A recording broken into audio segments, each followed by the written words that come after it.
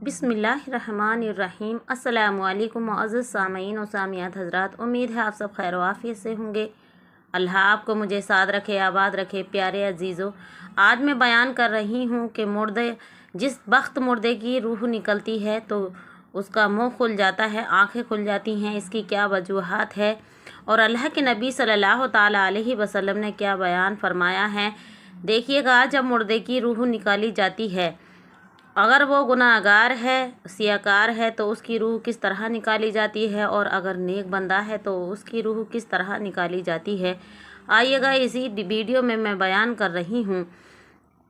अल्लाह के नबी सल्लल्लाहु ताला अलैहि वसल्लम फरमाते हैं कि जब नेक मोमिन बंदे की रूह निकाली जाती है तो इस तरह निकाली जाती है कि जैसे आटा गूंदते वक्त आटे के अंदर बाल चला जाए तो उस बाल को निकाल कर फेंक दिया जाता है, इस तरह नेक मोमिन बंदे की रूह निकाली जाती है। और बाज़ हदीसों में बाज़ उलमाओं ने यह भी बयान फरमाया है कि इस तरह निकाली जाती है नेक मोमिन बंदे की रूह जिस तरह माँ अपने बच्चे को दूध पिलाती है और जब बच्चा सो जाता है तो आहिस्ता से उसके मुंह से अपना बिस्तान खींच लेती है, इस तरह से नेक बंदे की रूह निकाली जाती है।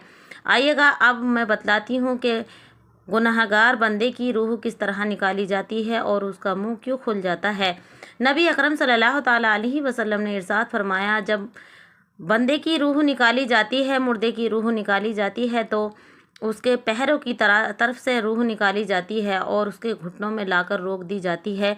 अल्लाह के नबी सल्लल्लाहु अलैहि वसल्लम का इरशाद गिरामी है कि उस पर इस कदर तकलीफ़ होती है, इस तरह परेशानी होती है कि जिस तरह 300 तलवारों का वार किया जाए तो तकलीफ़ होती है, उस तरह उस मुर्दे पे तकलीफ़ की जाती है।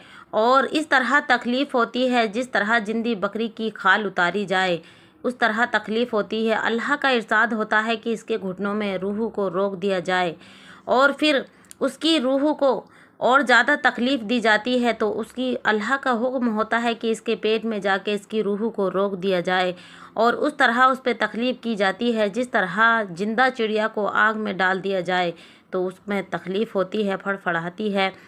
फिर उसके बाद सारी रूह उसकी इकट्ठा कर कर दिमाग में लाकर रख दी जाती है और उसके मुंह से उसकी रूह निकाली जाती है और वो मुर्दा देख रहा होता है। बाज़ मुर्दों के तो आंखों से आंसू भी निकल रहे होते हैं और वो मुर्दा अपनी रूह को मुंह के जरिए निकलता हुआ देखता भी है और इस तरह मुर्दे का मुंह खुल जाता है और आंखें खुली रह जाती हैं। जब रूह कब्ज कर ली जाती है तो उसके बाद उसकी आंखों को बंद कर दिया जाता है और मुंह पर एक पट्टी लगा दी जाती है, पट्टी बांध दी जाती है कि इससे इसका मुंह बंद हो जाए, क्योंकि वो अपनी सुध बुध सब खो बैठा होता है और बेसहारा बन जाता है। प्यारे अजीजों, ये बयान कुछ वजूहात थी जो गुनाहगार मुर्दों के लिए हैं और गुनाहगार मुर्दों की इस तरह रूह की कब्ज की जाती है। अल्लाह सुब्हान व तआला हम सबको नेक इंसान बनाए और गुनाहों से, कबीरा और सगीरा गुनाहों से बचाए। अल्लाह सुब्हान व तआला हम सबको हिदायत और नेक मौत, कलमे वाली मौत अता फ़रमाए। अल्लाह सुब्हान व तआला हम सबको अपने हबीब सल्लल्लाहु अलैहि वसल्लम की सुन्नत पे चलने की तौफीक अता फ़रमाए। प्यारे अजीज़ों, अल्लाह सुब्हान व तआला सकरात के वक्त आसानी अता फ़रमाए।